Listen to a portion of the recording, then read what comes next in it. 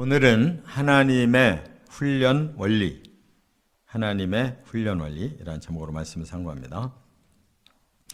이제 15장은 실패한 이스라엘 백성들을 다시 광야로 되돌려서 이제 38년 남아 있는데 훈련을 시키시는 겁니다.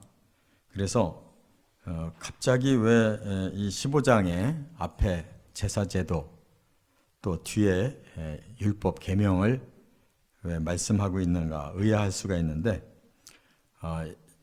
부연 설명이 없어서 그렇지 내용을 읽어보면 그 연장선상이에요. 실패한 이스라엘에게 과연 어떻게 해야 될 거냐. 38년을 더 끌고 광야에서 배회하면서 결국은 그들이 업그레이드가 돼야 되는 거예요. 어떻게? 영적으로. 그래서 영적으로 성숙한 백성을 만드는데 바로 하나님 두 가지 율법을 사용하신 거예요. 율법은 크게 두 가지가 있어요. 제사제도가 있고 계명이 있어요. 그래서 우리가 15장 지금 31절까지 하나님이 이제 번제와 또 소제, 화목제, 속죄제, 속건제 지금 이 5가지 제사를 이제 어떻게 드려야 되느냐 하는 정신을 가르쳐 주신 거예요. 그게 곧 오늘 우리들에게는 성령이 하나님이 내 안에 계신 거예요. 그러면 성령이 내 안에서 계속 우리를 가르쳐 주셔요. 그런데 이게 잘 안 되는 사람은 항상 자기 마음으로 보는 걸 하는 거예요. 지 생각대로. 우리의 자아, 지정의가 우리의 주인으로 있으면 우리는 계속 범죄하는 거예요. 그렇기 때문에 하나님이 우리 지정의를 사로잡으시고 우리 속에 성령으로 이끌어 가시면 이제 지정의가 아니라 영으로 사람이 움직여 가는 거예요. 그래야 성숙한 겁니다. 그게 바로 제사, 예배의 정신이에요. 그 다음에 이제 오늘은 이제 새로운 한 사건이 일어나는 것을 계기로 해서 이제 하나님이 주신 율법, 그 한 가지는 제사고 또 한 가지는 계명이라고 그랬어요. 법을 주신 거예요. 어떻게 살아야 되느냐. 그 법대로 살아야 된다. 그거예요. 그래서 이 두 가지 광야 생활에서 훈련시키는 원리를 말씀한 거예요. 그런데 오늘 본문에 그러면 그 계명이라고 하는 율법은 우리를 어떻게 만드느냐? 그 계명의 원리 이제 3가지를 말씀했어요. 그것을 통해서 우리가 변화되어 가는 겁니다. 첫째, 32절부터 36절은 징계 훈련이에요. 징계. 법을 딱 제시하고 그 법에 맞게 행동하지 않으면 그만큼의 벌을 줘요.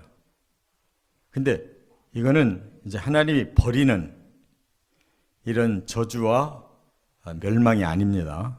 버리지 않고 징계해서 쓰시는 그런 훈련이에요. 오늘 본문에 보니까 이제 어떤 사람이 안식일 날 나가서 나무를 했대요. 그 왜 했을까요? 그 나무를 이제 그 광야에 뭐 사실 나무가 없어요. 그러니까 이제 많이 돌아다니면서 나무를 주웠겠죠. 그거는 필시 이제 밥을 해 먹으려고 했든지 뭔가 자기가 따뜻하게 군불을 떼려고 했든지 뭔가 목적이 있는 거예요. 그러면 사람으로서 그렇게 하는 게 뭐가 문제냐? 우선순위가 있는 거예요. 우선순위가. 하나님이 7일의 기간 동안 6일은 너희들이 원하는 대로 살으라는 거예요. 그러나 제7일 안식일 날만큼은 절대적으로 하나님의 시간이다. 그것은 하나님의 권리를 말하는 게 아니라 하나님이 사람에게 꼭 필요한 거룩의 훈련을 주시려고 하는 거예요. 하나님은 훈련이 필요하신 분이 아니에요. 오직 6일 중에 7일 중에 6일은 너희가 임의로 사용해도 좋은데 하루만큼은 이건 내 시간이다. 내가 너희를 영적으로 훈련시키는 시간이다. 근데 그걸 범했어요, 지금. 그랬더니 이제 사람들이 그 사람을 발견하고 잡아와가지고 모세에게 이 사람 어떻게 해야 됩니까? 하고 물은 거예요. 모세도 그런 예를 아직까지 행해보지 않았는가 봐요. 안식일 어겼다고 해서 뭔가 큰 벌을 내린 적이 없었던가 봐요. 하나님께 다시 물어봤어요. 어떻게 하면 좋습니까? 그랬더니 하나님이 그를 진영 밖으로 끌고 가라. 그 공동체 밖으로 끌고 가래요. 그리고 많은 백성들이 따라가서 둘러서서 돌을 다 들어라. 그리고 여호와의 명령을 거역한 죗값을 받아야 된다라고 말하고 던져서 죽여라 그랬어요. 그러면 이거는 뭘 의미하는 것이냐? 징계예요. 잘못하면 때리라는 거예요. 그 잘못을 깨닫게 해줘야 된다는 거예요. 그러면 1대1로 하면 안 됩니까? 하나님은 그 한 사람을 놓고 많은 사람을 좀 가르쳐주는 방법이에요. 이것이 하나님의 징계법이에요. 이와 같이 죄를 범했을 때에는 반드시 거기에는 벌이 따른다라는 이 원칙을 하나님이 광야 생활동에서 계속 가르쳐주는 거예요. 그런데 우리가 어제 말씀 중에 속죄제를 드릴 때에는 부지 중에 죄를 범했는데 나중에 깨달았고 속죄제를 드리라고 그랬거든요. 그러면 고의적으로 범죄를 저지른 자는 어떻게 되느냐? 하나님은 더 이상 그에게 가능성이 없음을 아시면 그들은 죽는 거예요. 38년 동안 그렇게 해서 죽은 게 60만 명이에요. 그러니까 사람이 죄를 돌이키려고 하는 마음이 별로 없어요. 다 상황을 얘기하고 나도 뭐 어쩔 수 없이 그랬지 일부러 그렇게 했겠냐, 이렇게 사람들은 자기 죄를 변명을 해요. 그리고 남한테 탓하고 하나님 원망하고 그렇게 죄는 자기하고 관계없는 것처럼 말을 하는데 하나님은 아니라는 거예요. 네 마음이 결정했다는 거예요. 너 자신이 의도적으로 그걸 선택했다. 거기에 대한 책임을 져야 된다. 그 벌은 징계가 아니에요. 그 멸망이에요. 징계는 다시 회복을 시키기 위해서 고난을 주는 게 징계예요.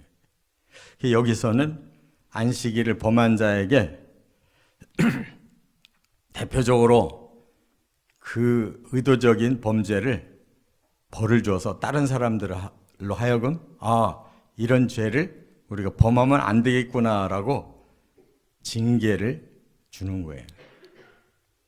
그래서 한 사람이 이제 그 벌을 받아 죽음으로써 다른 사람에게 마음에 변화를 주려고 하는 것이 하나님의 방법이다, 그 말이에요. 그래서 하나님은 지금은 그렇게 안 하시냐? 해요. 어떤 사람 병들고, 어떤 사람 사기당하고, 어떤 사람 사건에 휘말리고, 어떤 사람은 사고 나고 계속 우리 주변에 일어나죠. 그럼 뭘 보여주려고 하실까요?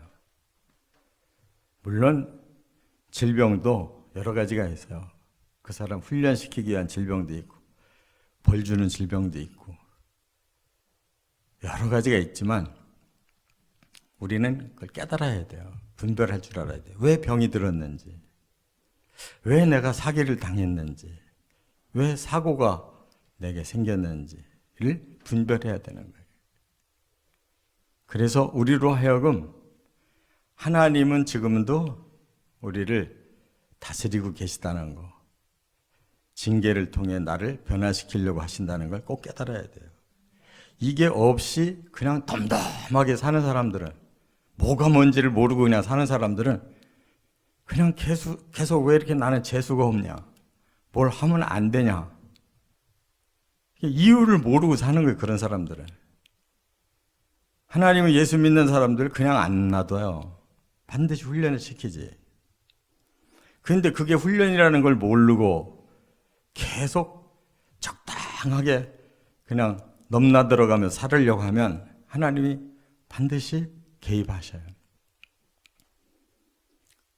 그렇게 계속 해도 안 되면 이제 그 사람은 내치는 거예요. 더 이상 시험 없어요. 그 사람은 세상 사람으로 돌아간 거예요. 그러나 하나님의 사람으로 살려고 할 때에는 계속 고난이 옵니다. 왜? 훈련시켜서 변화시키려고 하시는 게 하나님의 목적이라는 거. 꼭 깨달으시 바랍니다. 두 번째, 37절부터 39절까지 보면 자각훈련. 평소에 스스로 내 마음이 훈련을 하도록 하셨어요. 그 방법이 뭐였느냐? 백성들이 이제 옷을 입고 있잖아요. 제사장도 이제 그 제사를 드리러 갈 때 옷을 입어요. 대제사장은 거기다가 또 에봇을 하나 더 입어요. 일반 백성들도 살려면 옷을 입고 살잖아요. 겉옷을 입고 살아요. 그런데 그 모든 백성들에게 명령한 게 있어요. 이 옷이 이제 우리 같이 이렇게 완전히 하나로 둘러싸인 이렇게 갖춰진 게 아니고 그냥 통으로 짠 그러니까 그냥 부대 같은 거 이렇게 뒤집어 쓰는 식인데 이 끝에다가 이 끝단자예요. 단에다가 옷의 끝에다가 이 귀 구석 이 구석에 술을 달으래요. 술. 그러니까 이런 식으로 뭔가 이렇게 보여지는 술을 다는 거예요. 그리고 거기다가 청색끈을 하나 더 달으래요. 청색끈. 그러면 집에서도 그게 보이고 나가서도 보이고 항상 이게 청색끈이 항상 눈에 띌 거예요. 내 것도 보고 남도 보고 다 그거 서로 보는 거예요. 청색끈을. 그럼 그것이 무엇이라고 했느냐? 하나님은 이 청색의 이 끈이 하나님의 사인이에요. 그건 뭐냐? 항상 너희들은 클린하게 살아라. 깨끗하게 살아라. 성결하게 살아라. 라는 그 메시지라는 것을 가르쳐 주신 거예요. 그래서 항상 우리가 청색끈을 보는 순간 하나님이 저거 다르라고 하신 이유는 너희들 저렇게 클린하게 깨끗하게 성결하게 살아라 라고 하나님이 항상 메시지를 주시는 거구나라고 사람들이 생각하게 하신 거예요. 그런데 성막을 질 때에도 청색, 자색, 홍색, 베시를 써라 이렇게 말씀했죠. 제사장 옷을 만들 때에도 청색, 자색, 홍색, 베시를 쓰고 성경에 보면 청색이 굉장히 많이 나와요. 청색이라는 단어가. 그는 뭐냐면 바로 하나님이 그렇게 우리가 아주 구름 한 점 없는 이 가을에 맑은 하늘을 보면 청색이잖아요. 그게 하나님은 자연의 색깔 중에서 가장 깨끗한 그런 영적으로 말하면 가장 성결한 잡티가 없는 그걸로 하나님은 교훈해 주시는 거예요. 그래서 항상 우리 속에 그 생각이 들어가도록 하는 거예요. 저렇게 좀 깨끗하게 살아야지. 이것을 훈련시키게 하셨다 그 말이에요. 그래서 여기 39절에 이유를 말씀했어요. 이 술은 너희가 보고 여호와의 모든 계명을 기억하여 준행하고 너희를 방종하게 하는 자신의 마음과 눈의 욕심을 따라 음행하지 않게 하기 위함이라. 그 청색의 그 옷술을 딱 보는 순간 하나님이 우리에게 깨끗하게 살으라고 이렇게 율법 주셨지 하고 바로 마음에 적용을 하게 하시는 거예요. 그래서 우리 마음과 눈 또 우리 음행의 욕망 이런 게 바로 수그러들도록. 우리가 욕망이 전혀 없는 게 클린한 게 아니에요. 욕망이 전혀 없으면 먹고 싶지도 않고 자고 싶지도 않고 이러면 사람 죽는 거예요. 마지막에 곡기를 끊는 게 도저히 받아들이질 않아서 끊는 거거든. 그러면 죽어요. 욕망이 없는 거를 얘기하는 게 아니라 그 욕망을 이겨내서 순화시키는 걸 말하는 거예요. 할렐루야. 욕망이 들끓으면 계속 먹어요. 그러면 어떻게 돼요? 몸 버리잖아요. 다 우리 자신이 스스로 자각해서 자기를 정상으로 만들으라는 거예요.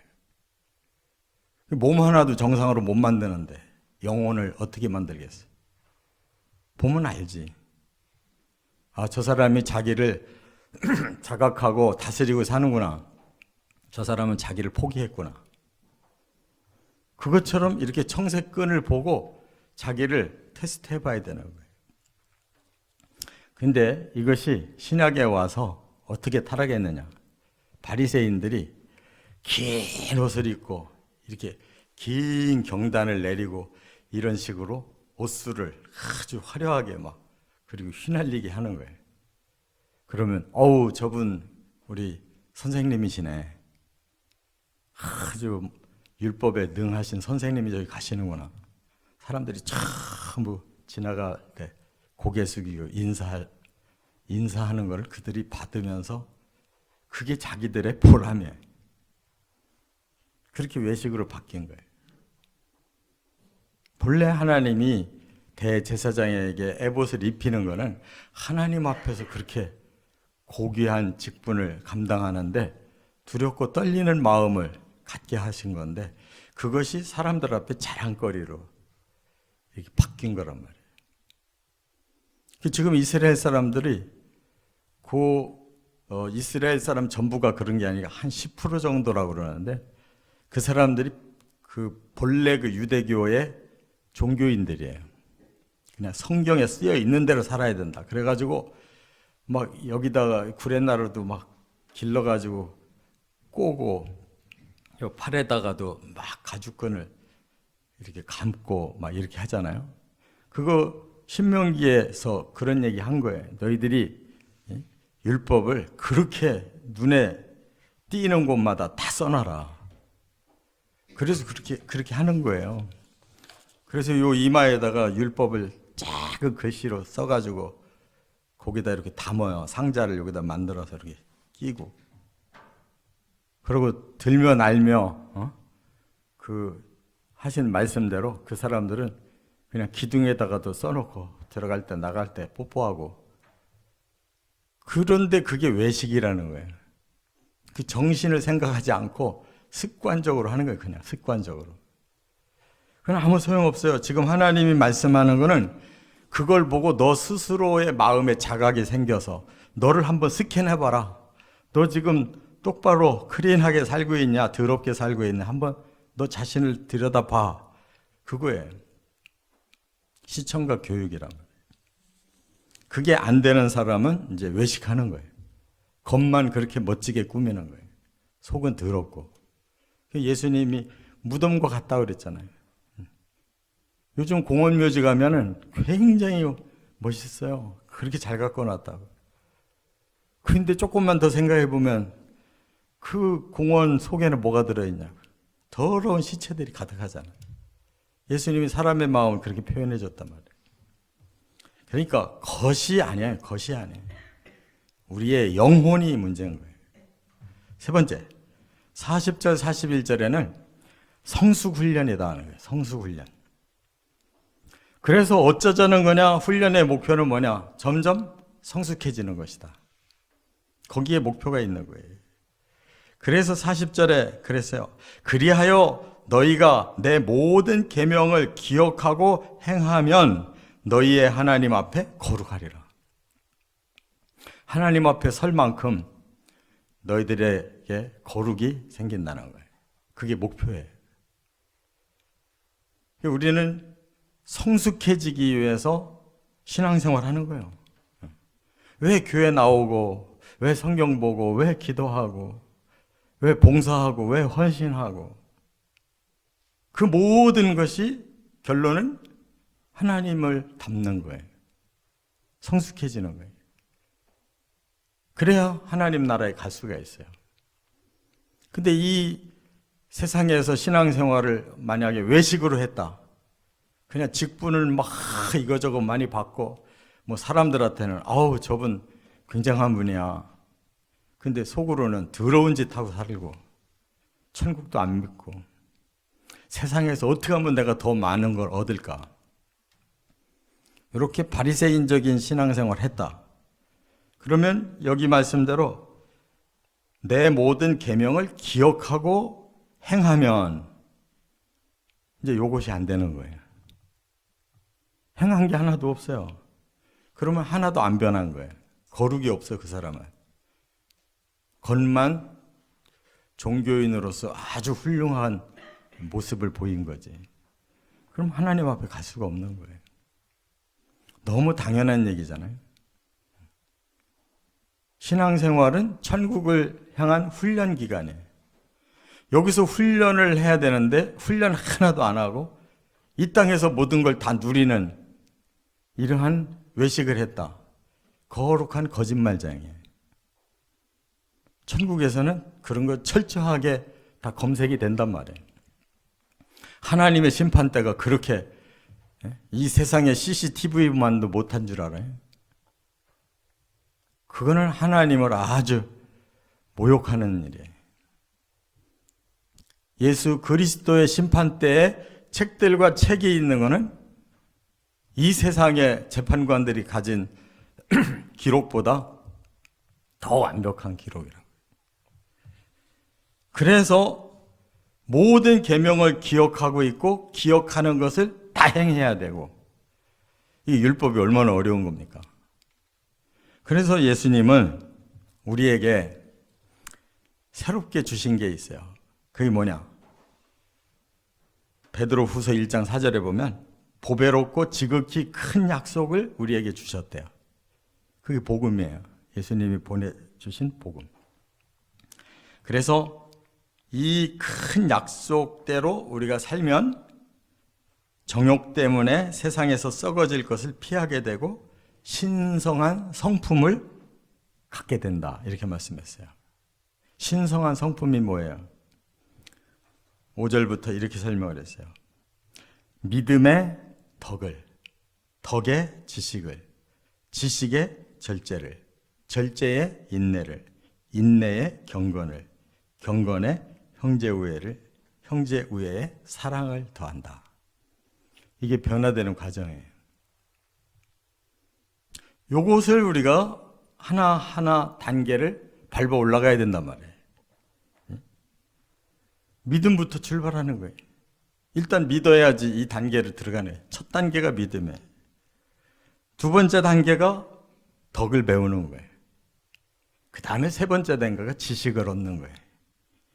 네 번째 단계가 이제 나를 통제하는 절제가 생겨야 되고, 다섯 번째 단계가 좀 더 참아낼 수 있는 인내심이 생기고, 여섯 번째 단계가 경건성이 있고, 일곱 번째 단계가 사람들을 사랑할 수 있는 마음이 있고, 형제우애. 그 다음 마지막 단계가 사랑. 이 사랑은 정말 하나님을 닮은 인애의 사랑, 긍휼의 사랑이란 말이에요. 용서해 줄 수 있고 다 품을 수 있는. 근데 이것이 우리 힘으로 안 돼. 그래서 복음 다음에 성령을 주신 거예요. 성령이 내 안에서 그걸 이루어 주시려고. 할렐루야. 그래서 갈라디아서 5장에 보면 22절에 성령이 열매를 맺게 해주시는데 사랑을 맺게 해주신다. 이거 완성의 열매인 거예요. 성령이 우리에게 주신 완성된 열매가 사랑. 그 밑으로 이제 서서히 내려와서 반대로 지금 얘기하고 있어요. 희락, 화평, 오래 참음, 자비, 양선, 충성, 온유, 절제. 아까 복음과 지금 반대로 내려가죠. 복음은 서서히 믿음에서 출발해서 사랑까지 올라요. 성령 열매는 사랑으로부터 나머지 쭉 내려가서 절제. 우리가 할 수 있는 이렇게 변화가 오는 것이란 말이에요. 그런데 우리가 이거를 힘써야 되는데 지금 뭘 힘쓰고 살고 있냐 생각해 봐야 돼. 내가 예수 처음 믿었을 때 그 믿음으로부터 시작해서 지금 얼마를 신앙생활 했는데, 횟수는 40년 했는데 지금 나는 어느 단계인지. 믿음으로부터 출발해서 40년을 신앙생활 했다면 그 사람은 베드로후서 1장 4절에 보면 형제 우애를 넘어서서 예수님이 우리에게 보여주신 그 긍휼의 사랑까지 올라가야 되는데 그게 되고 있냐 이거예요. 아직도 나 하나도 절제를 못하고 나 하나도 인내를 못하는데, 그러니까 계속 죄와 버무려져 가지고 그냥 적당히 살고 마는 거죠. 그렇게 생각을 하는 사람은 이 세상까지만이에요. 이 세상까지. 천국은 못 가요. 왜냐하면 그냥 버무려서 살려고 하면 이 세상은 잘 통하는데 천국은 버무려지는 곳이 아니에요. 싹 정리가 되는 곳이란 말이에요. 그러니까 이 방향으로 가고 있는 사람이 거기까지 갈 수 있는 거지. 아예 나는 이 세상에서 적당히 살겠다. 신앙생활과 사회생활을 그냥 적당히 얼버무려 살겠다. 그러면 거기는 이 세상만 통하지 천국은 통하지 않는 거예요. 조금 더 논리적으로 우리가 자기를 생각해 봐야 돼요. 내내 율법이나 복음이나 다 우리의 죄성을 쳐내려는 거예요. 뭐 복음은 뭐 모든 게 자유하다고 해서 그냥 방종하고 살으라는 뜻도 아니잖아요. 율법은 엄한 방법을 쓰는 거고 복음은 부드러운 방법을 쓰는 거지 목적은 같아. 그래서 우리의 지정의로만 부족하니까 성령을 보내주신 거예요. 그래서 예수님은 대신 십자가로 우리의 죄를 일단 사해 주시고 우리로 하여금 더 이상 죄를 짓지 않는 삶을 살도록 우리에게 목표를 주시는 거지. 다 똑같아요. 율법이나 복음이나. 결론은 하나님 닮아야 되는 거예요. 거룩해 해야 되는 거예요. 자, 이렇게 구약이나 신약이나 하나님은 우리에게 요구하시는 것이 하나님의 성품 닮으라는 겁니다. 여기에 목표를 삼으시고 꼭 승리하시기를 주의 이름으로 축원합니다.